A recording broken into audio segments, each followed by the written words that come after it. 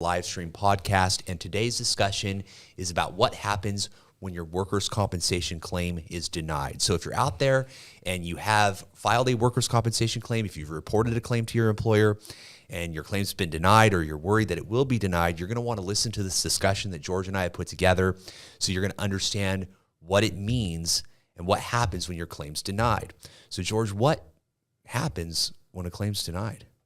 So your claim's been denied, okay? Oh no, don't panic. They have a saying that says, hope for the best, expect the worst. And that's particularly true with workers' compensation claim. You can hope for the best, that you get an accepted claim, that you get medical treatment right away, but you got to expect the worst. Because you got to remember, Alex, what these insurance companies want to do is deny a claim. That is their ultimate goal from the beginning. They want to deny a claim.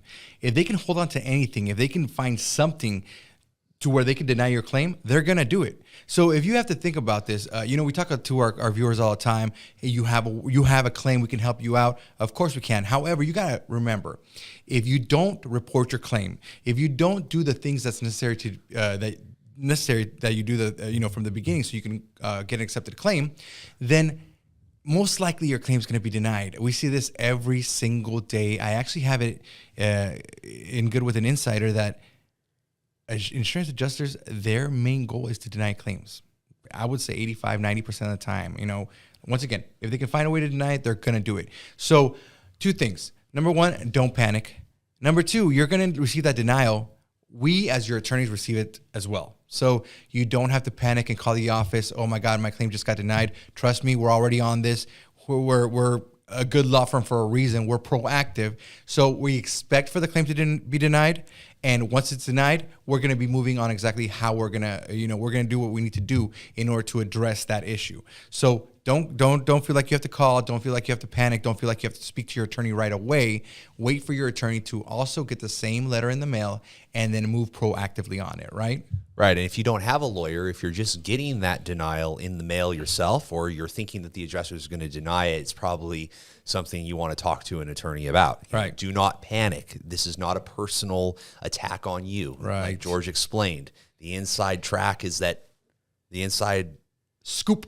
The inside scoop is that they're going to try to deny your claim in any way that they can.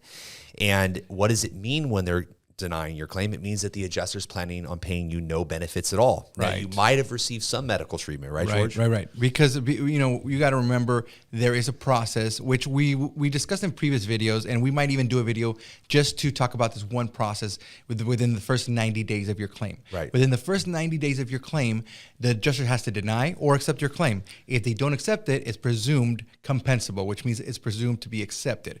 Well, that's something that we'll get into.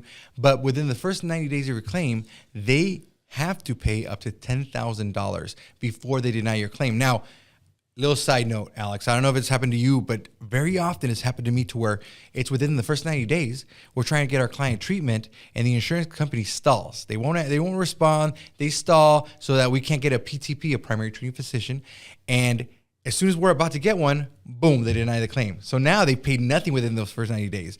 They're getting a little bit smarter and trickier, and I would say sneakier about that. So that's something that we've learned to proactively combat, and there's things that we do in order to avoid that situation. But I've seen that happen a lot lately. How about you?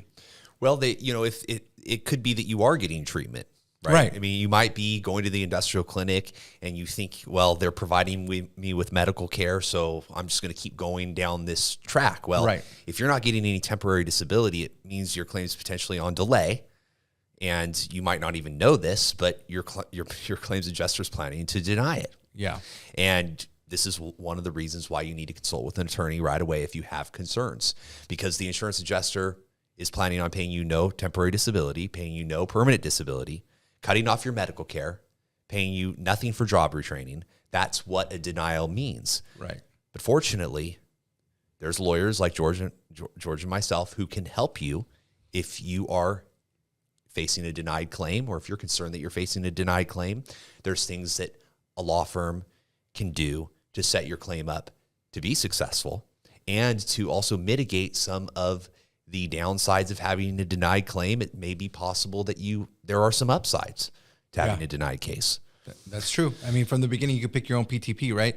I mean, I know you can through the MPN, but if it's denied, then you can choose a doctor on a lien basis, and they don't have to be in the MPN. Or you can treat with your own health insurance. Right. If you have health insurance through your spouse, like you could have Blue Cross or Blue Shield, you can go to your own doctors, treat for your injuries, and you can ask that they certify you for state disability. Yeah.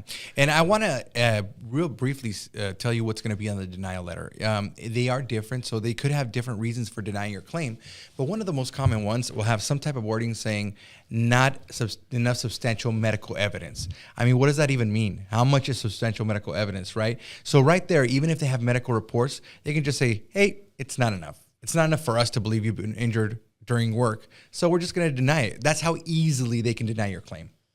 Yeah, especially if they're questioning the mechanism of injury, right, or nobody saw you get hurt. You go and report it to your employer. Yeah. Your employer tells the adjuster, we don't believe this guy. And then all of a sudden you're getting denial based upon the facts that the adjuster knows. Yeah. They think that they're going to deny your claim, and they often do. Yeah. Story time. Actually, I just had something that I went through not too long ago. Not going to give specifics because we don't talk about specific claims, but there was an injured employee that worked for a very large supermarket chain, and they were on the fence on whether they should get an attorney or not. Okay, they actually were injured at work. There was witnesses.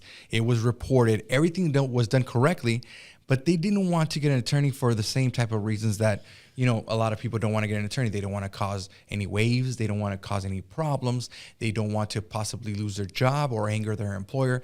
So I spoke to this person, and I explained the benefits of getting an attorney, especially with this type of supermarket, because it's one of those that's very fishy during their claims, you know? So, hey, lo and behold, before they even found out that this person had an attorney, they had her fill out FMLA paperwork so she can take an FMLA leave and not have to deal with the workers' compensation aspect of the claim. So it looked like they were going to try to pay her no benefits, even though she was injured on the job, and try to skirt the workers' compensation part of it and just kind of let her heal on her own. So once we got involved with the claim, once the adjuster found out there is an attorney on the claim, hey, surprise, surprise, now they get a letter in the mail, and they're going to be getting paid temporary disability benefits, and they're going to get the retro TD as well. Why do you think? I personally believe it's because they actually got an attorney. If they would have remained without an attorney, it's very possible that they would have kept on trying to deny the claim, kept on trying to have them use their vacation time, their personal time, FMLA time, and not paid them their TD benefits, because some people just don't know any better. So that was a little story, but it's kind of, it brings it around to the adjuster. Their job is to save the insurance company money. Their job is by any means pay as little as possible on any claim. So what does that mean to you? That means they're trying to give you the least amount of medical treatment possible, the least amount of compensation possible, and try to get you back to your work, even if you're not better, as soon as possible. So do you need an attorney for a claim? I would say not every single time, but most of the time, I would highly recommend you consult with one at least. Absolutely. You know, if you have concerns, you should definitely dial the injury helpline. That's 844-984-8414. We'll give you a free case consultation. We'll learn the facts and circumstances of your specific case. We'll evaluate your rights, and then we're going to give you a course of action. It's probably going to be that you need to hire a lawyer and you need to file a workers' compensation appeal at the Workers' Compensation Appeals Board. Right. Especially if you have a denied claim, you're going to have to go that route. You want to get on state disability.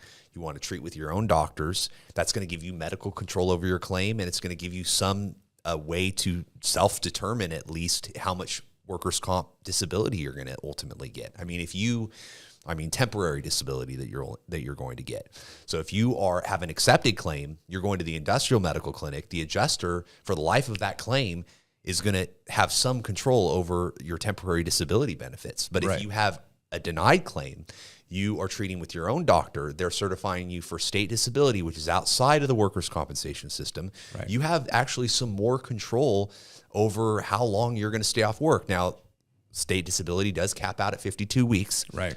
Most injuries heal within 52 weeks, especially if you're getting the medical treatment that you need.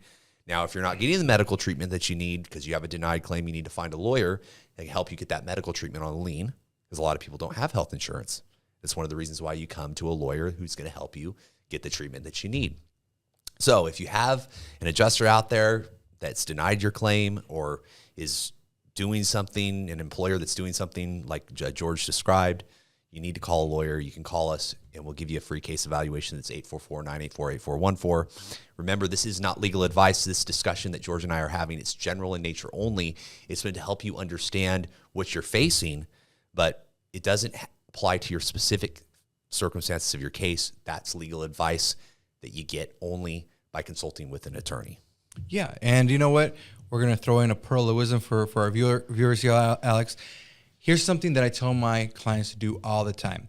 As soon as you file a workers' compensation claim, you're going to see a doctor.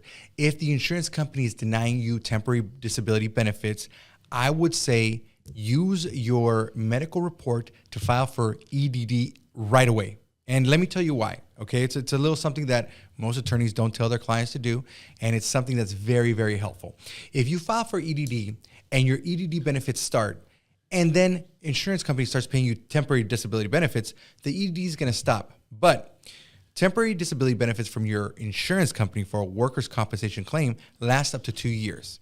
Once that's done, as Alex mentioned, most of the cases are done by then. Not most of the cases, but at least the medical treatment will be done by then. But if it's not, and now you ran out of your workers' compensation TD benefits, you can go back to your EDD claim and start getting those benefits again, and you have an open claim. Does that make sense? If it doesn't, ask us a question in the comments and maybe call us and we'll explain that to you. Yeah, absolutely. You know, these are things that you get when you have an attorney. Right. You know, if you are just going off what you're finding online, that's good. It's information that's helpful to you. You should listen to that and educate yourself, but it's not a replacement for having an advocate on your side who's watching the specifics of your situation and giving you that feedback and advice that you need to make the right decisions. That's correct. I think that's very valuable information, Alex. Once again, if our viewers have any more questions, you have the number. And what is that number, Alex? 844-984-8414. That's the injury helpline. Give us a call. It's free. It's confidential. And you're going to be glad that you did.